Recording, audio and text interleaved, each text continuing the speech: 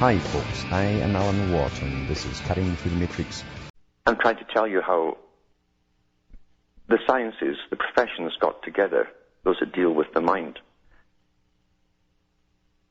judging themselves to be superior, obviously, because they were men of science and rationality, he claimed, which is kind of scary because if you look at the history of Freud, you find out the man was a heavy drug user. He fudged a lot of his publications.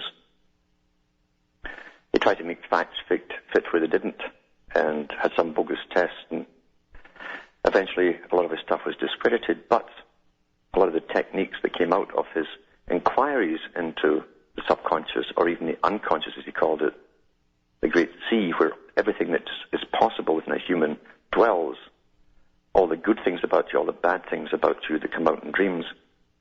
He was learning a lot about what motivates people really, and also learning about what motivates their fears. If you know what motivates their fears, you can use those fears on the general public to control them. Psychiatry was invented to change the world and change all of you in it, you know. And it completely interlocks with the idea of the front organization called communism, to restructure and control society and destroy family units and everything else.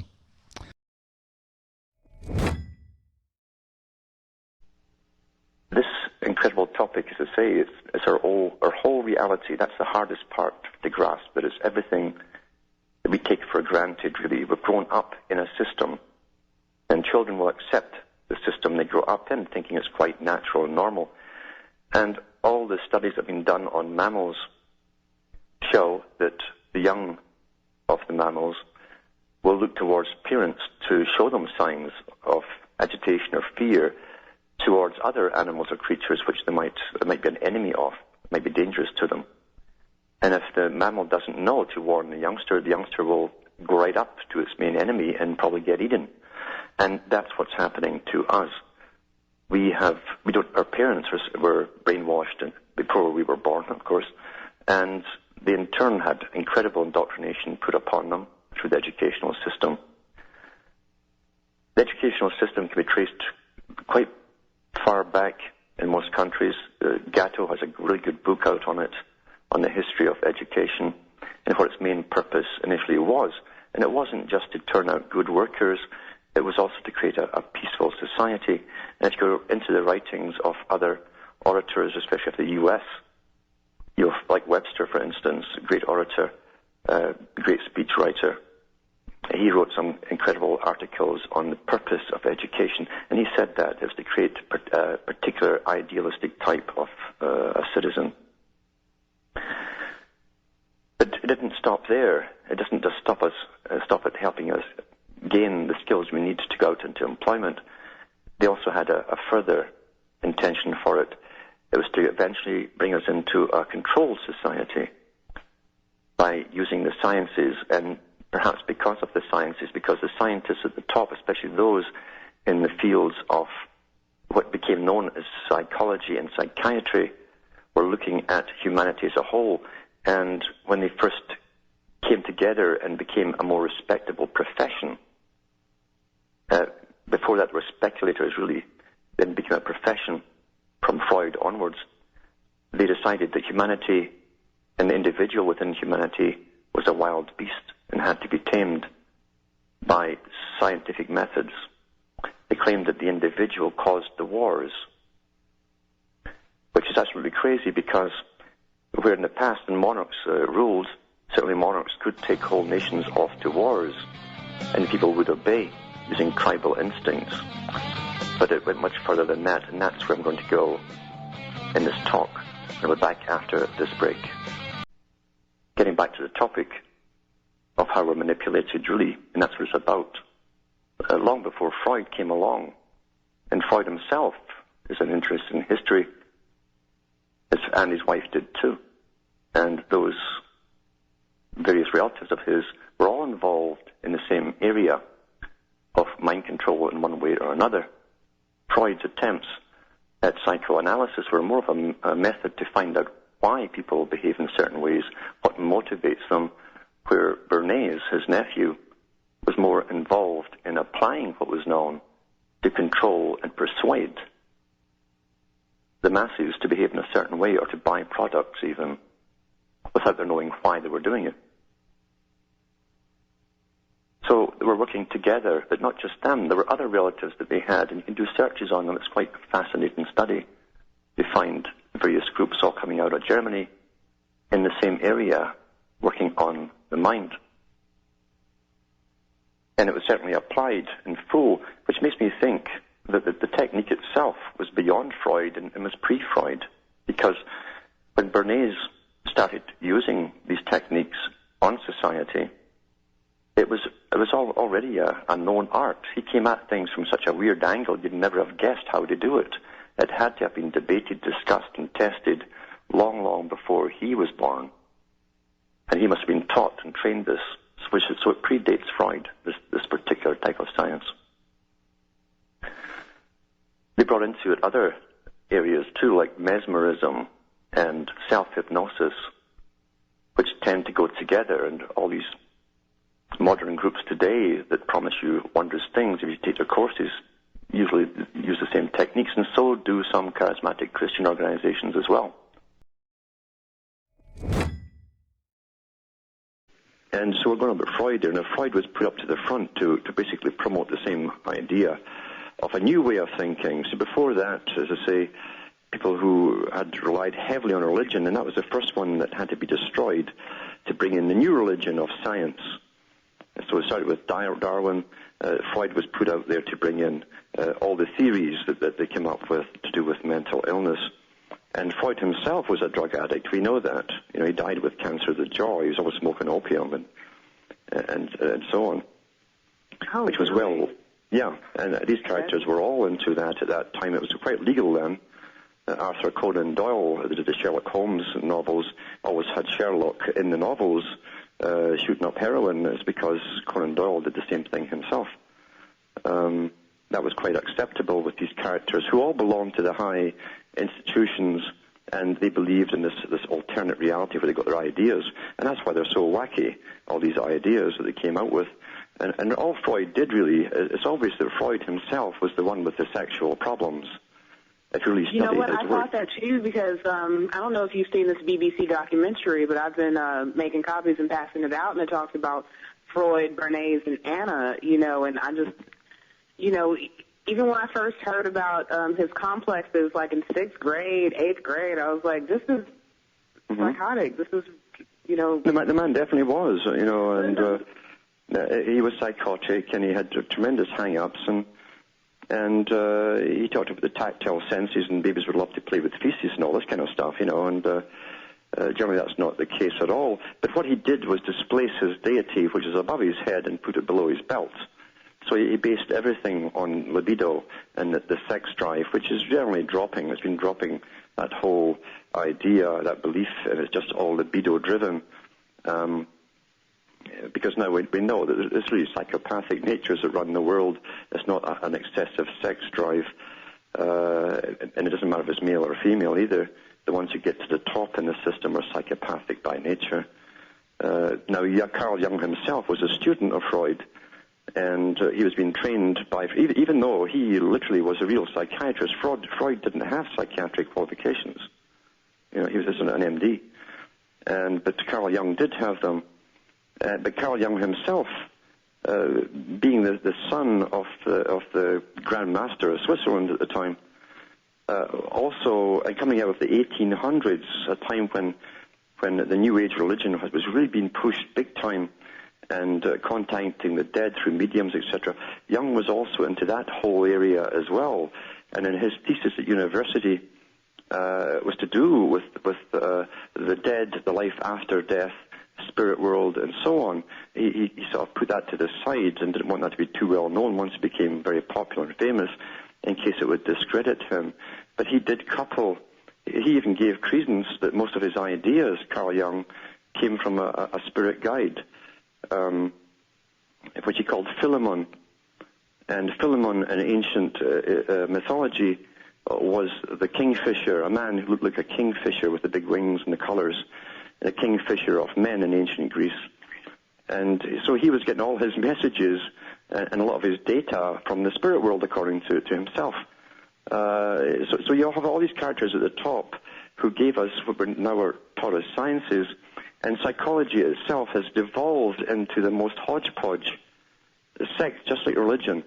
Many different sects of psychology blended with the New Age. It's almost part voodoo, depending on where you go, you know. So they'll give you any kind of treatment. In the culture. But it's sad. It's sad. I mean, now there are some good videos out there on psychiatry and the history of it. One of the best ones, actually, I didn't know at the time, and it doesn't really, what their content isn't bad, but it's called Psychiatry and an Industry of Death. Now, if those who have never gone through the history of psychiatry, remember there's a political agenda and a social agenda behind psychiatry. Folk don't realize that. They're given the standard nonsense put out by the perpetrators of the whole scam if they go to university, and that's what they get taught. And you have to go into the history of Freud and read everything the man wrote, including his private letters and addresses he gave to different agencies and organizations, to understand what it was all about. But it was to also give a group of people the right to determine who was sane, who was not sane.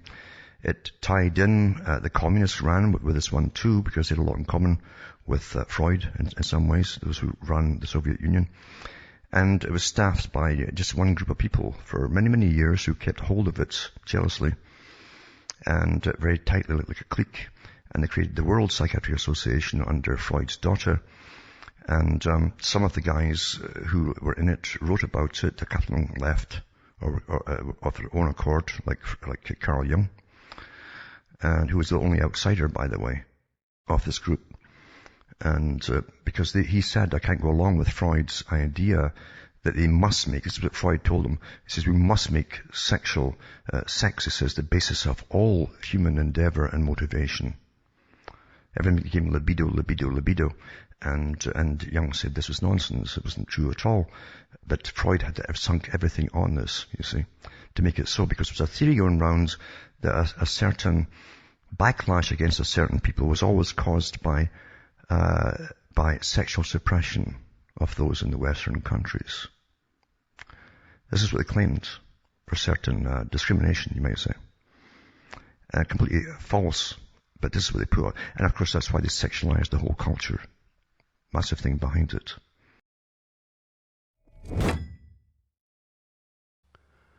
And don't forget the Freudian idea of psychotherapy, which has never been proven to work at all. And even though Freud himself made quite amazing statements about being a revolutionary in the revolutionary tradition of destroying the European culture, he himself, he didn't cure anybody of anything. It's quite amazing to see where his mind really was. Where he even told one of his students to seduce the patients if they were rich and wealthy and get their money, and maybe even marry them to get their money. Cold-blooded. And he boasted about always wanting to be incredibly rich from it all too. There was nothing altruistic about that kind of thing at all. But the whole idea, again, was to do away with morality of Europe. The family unit and what you call sexual suppression. And you end up now until... I really do think that in some of the countries there are probably more children being aborted than given live births in some people, some cultures. I really do think so. And that is the end of a people when you've got to that stage. And you've been driven to it and shown where to go about it all, thinking you're all making your own choices, but you weren't, not at all. So again, you have psychotherapists that take over under the guise of the Freudian psychology, from the old priests that would go where you go and have your confession, for instance, if you were Catholic. And now you just go to and pay money to prattle off to someone who has no interest at all, really, except lining their own pockets by listening to your problems.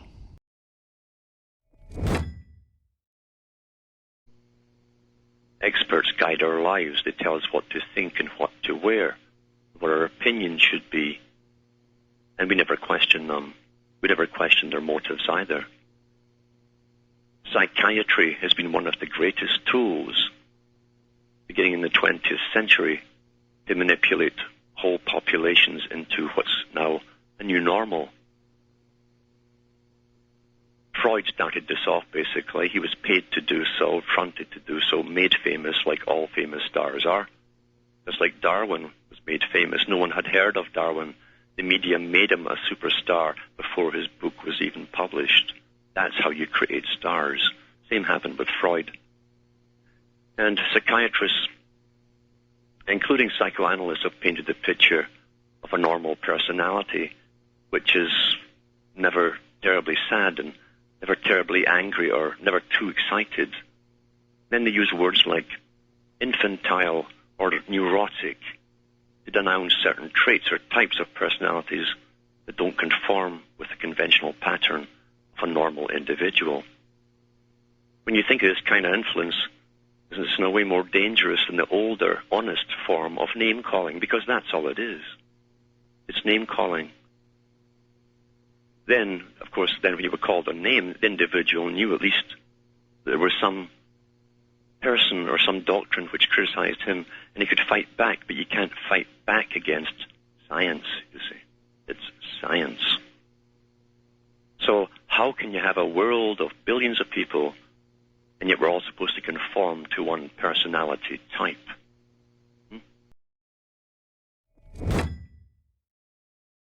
Well, you know, it's interesting. I was listening to your last caller, and I hear this statement you made, and you know, most people believe they're using 10% of their minds.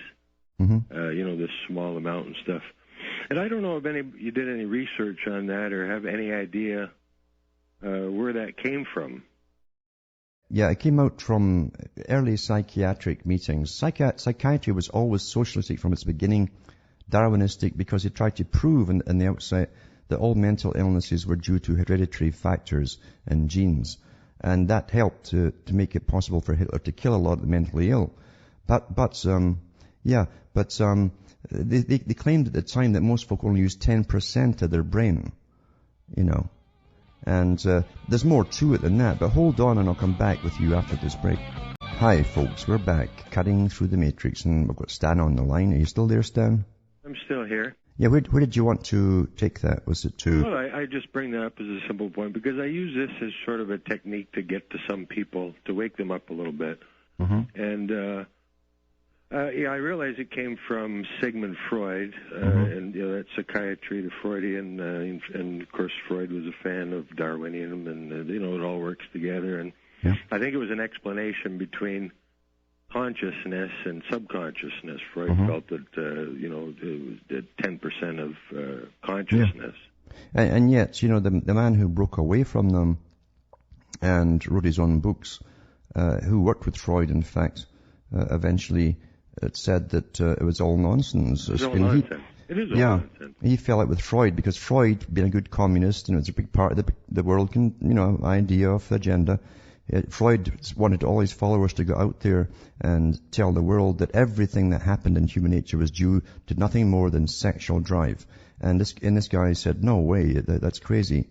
And so I refer to him as Sigmund Freud. Well, he was definitely a fraud. And if you follow his daughter in her personal, she became head of world psychiatry, and she treated women and their children. Every single one of the children she treated committed suicide. That's correct, and some of them even in Freud's own house, I believe. That's right. That is right.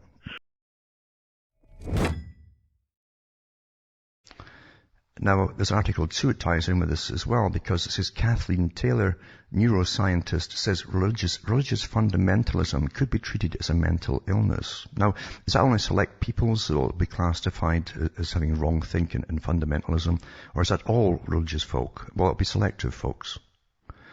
And it said here that an Oxford University researcher and author specializing in neuroscience had suggested that one day religious fundamentalism may be treated as a curable mental illness. See, remember too, we're going through the statistical manual for the diagnosis of mental disorders and so on, as I've updated that, and they've got so many new disorders it's hard to believe. And they're going into various areas which really are to do with your morals. If you've got the wrong morals, meaning you like to be clean and tidy, and you don't like wallowing in certain things you think is dirty, then you're ill, you see. But anyway, getting back to the article, it says here that she describes herself as a science writer affiliated to the Department of Physiology, Anatomy and Genetics. Made the suggestion during a presentation on brain research at the Hay Literary Festival in Wales on Wednesday. In response to a question about the future of neuroscience, she said, "One of the surprises may be to see people with certain beliefs as people who can be treated." The Times of London notes. So already there's a consensus in neuroscience, and the politics and the groups actually that fund it believe that certain folk need to be treated. What's really interesting, if you went to the history of psychiatry, it was born, and they put Freud forward as a front man, basically. He claimed the roots of many racial aspects of the West and so on towards this particular people was because they were crippled and basically with their morality to do with sexual matters, and they'd have to break them all up and destroy all that and have people basically doing what they're doing now. It's worked awfully well, you see. It's been total war as they destroy the family unit and have everybody rotting like rabbits, basically. It's worked awfully well. This is war, folks. And if you went to neuroscience too, this is the next big phase of this. This is their goal.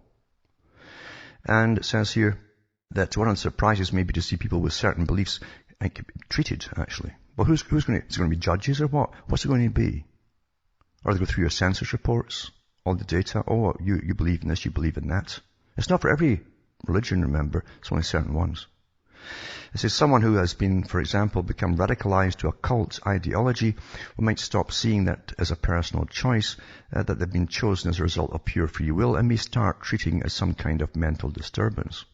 In many ways, it could be a very positive thing because there are no doubt beliefs in our society that do a heck of a lot of damage. Well, democracy is one because we've never had it.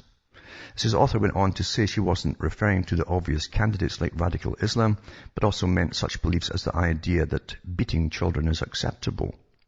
That's really interesting too, because the same movement, you see, that brought Freud forward, who said he was bringing a plague to America, by the way, of destroying their culture. You find also that many others are involved in it too. And they brought out Dr. Spock, who started the whole thing about, treat your child like he's your best friend. Well, sorry, a child is a child. An adult is an adult. And you think completely differently. But they put all that sort of imagery through, again, as Bernays says, always use magazines. More women read magazines and believe the experts more than men do. And that's how they started that. Then they put it onto talk shows. And then they put it into comedies and so on, where dad's a silly little guy and mum and the child are far more smart and intelligent. It's worked awfully well. Total war, we're talking about total war. And most folk don't know they've been born into total war.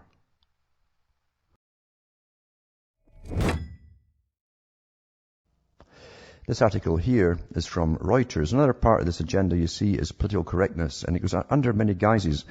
You don't realize that the Soviet Union elevated psychiatry, of course, as a science up to the top.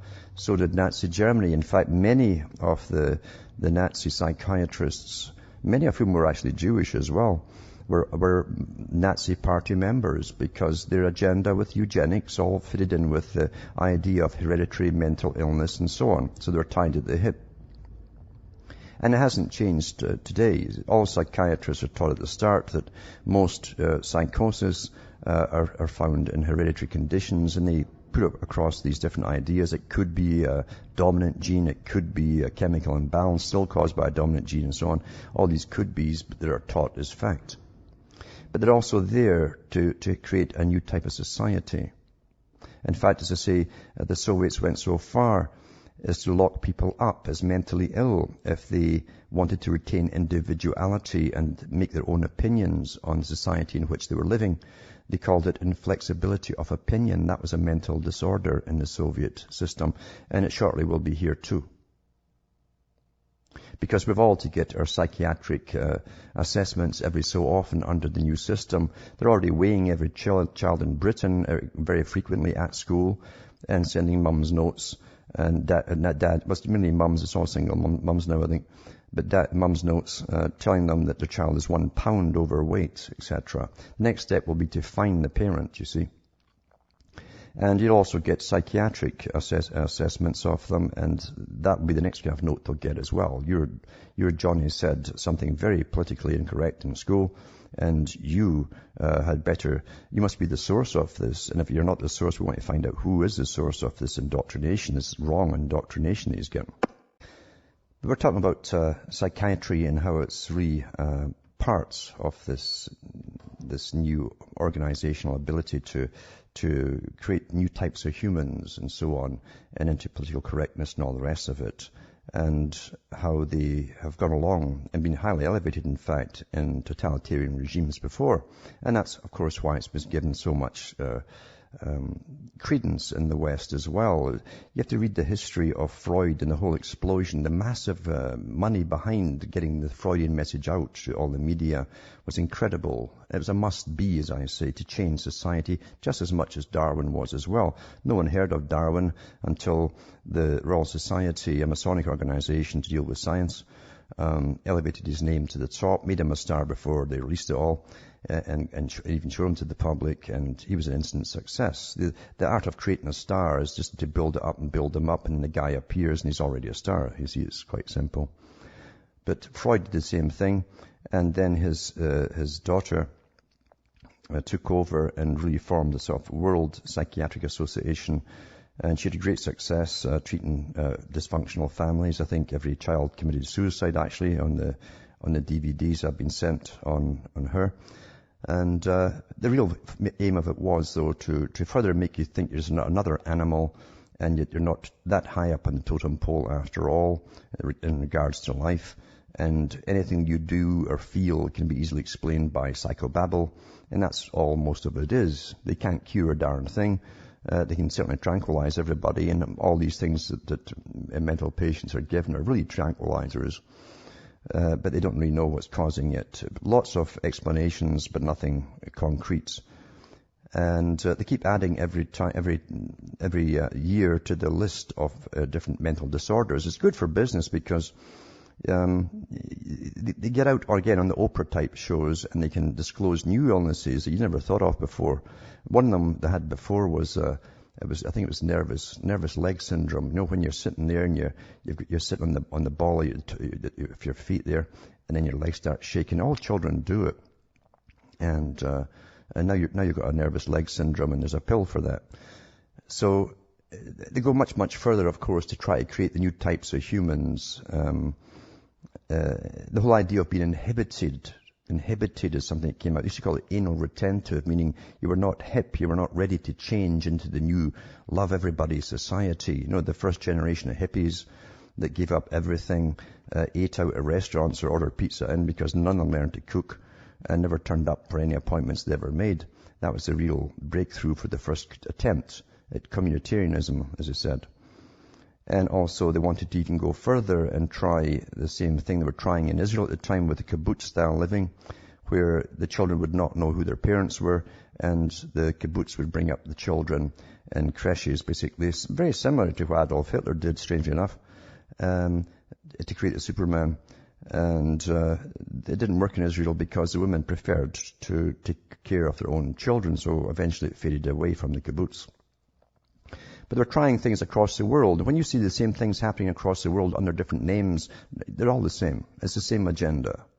It's the same with sustainability and Agenda 21. They've been told from the United Nations to use different terms in different areas so that people don't catch on to the actual agenda that's underway.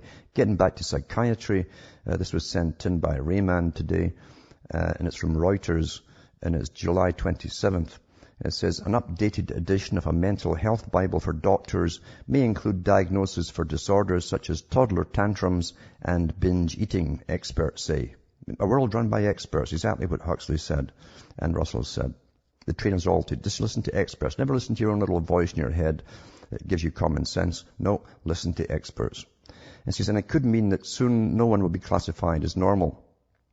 Leading up mental health experts give a briefing on Tuesday to warn that a new edition of the Diagnostic and Statistical Manual of Mental Disorders, which is being revised now for publication in 2013, could devalue the seriousness of mental illness and label almost everyone as having some kind of disorder.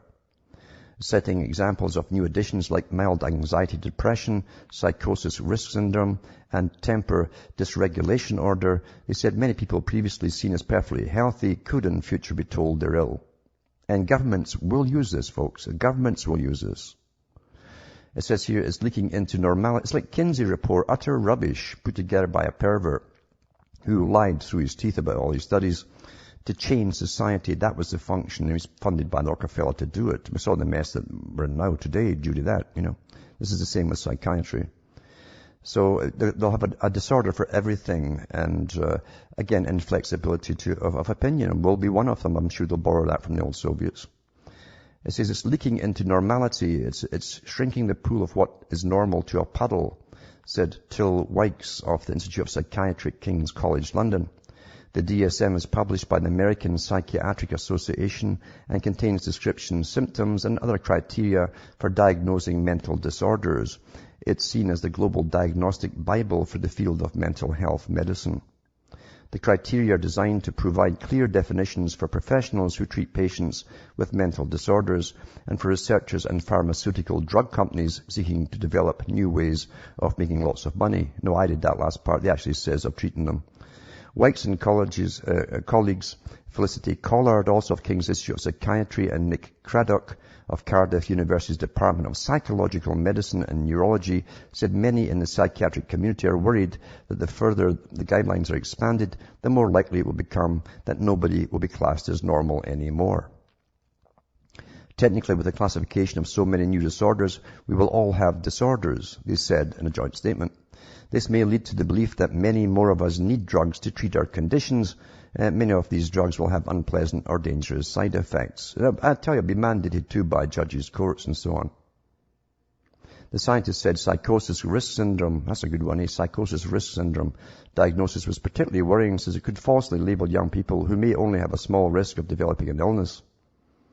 It's a bit like telling 10 people with a common cold that they're sick, that they're at risk for pneumonia syndrome when only one is likely to get the disorder. It's actually a lot less than one, Wykes told the briefing. The American Psychiatry Association did not immediately respond to a request for comment. Oh no, they wouldn't way up their lofty tower there.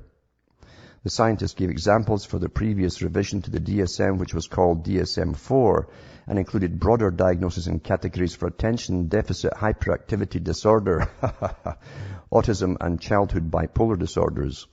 This, they said, had contributed to 3 false epidemics of these conditions, particularly in the United States. No, it's not false epidemics. It was on the cards. They want to drug, especially people who are young people who have leadership qualities, young males. That's what it's for, folks.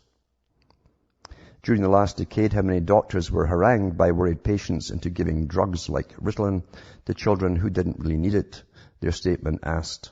Millions of people across the world, many of them children, take ADHD drugs, including Novartis Ritalin, which is known generically as methylphenidate, as similar drugs such as Shire PLC's Adderall and Vyvanse. In the United States alone, sales of these drugs was about $4.8 billion in 2008. That's quite a lot of cash, eh? They're all related to cocaine as well. Wykes and Callard published a comment in the Journal of Mental Health expressing their concern about the upcoming DSM revision and highlighting another 10 or more papers in the same journal from other scientists who are also worried.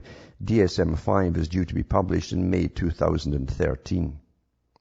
And believe you me, it's getting more and more political with their diagnosis. Believe you me, that's where it's all going. That's where it's all going. And you'll have to go to your rehabilitation centers when you've said something naughty or politically incorrect or so last century, as I like to say in Hollywood. That's where you get upgraded by various techniques. So you can come back out with a quality approved stamp on you saying, yes, you're now a good parrot, and you'll get on with everybody regardless of what they say to you.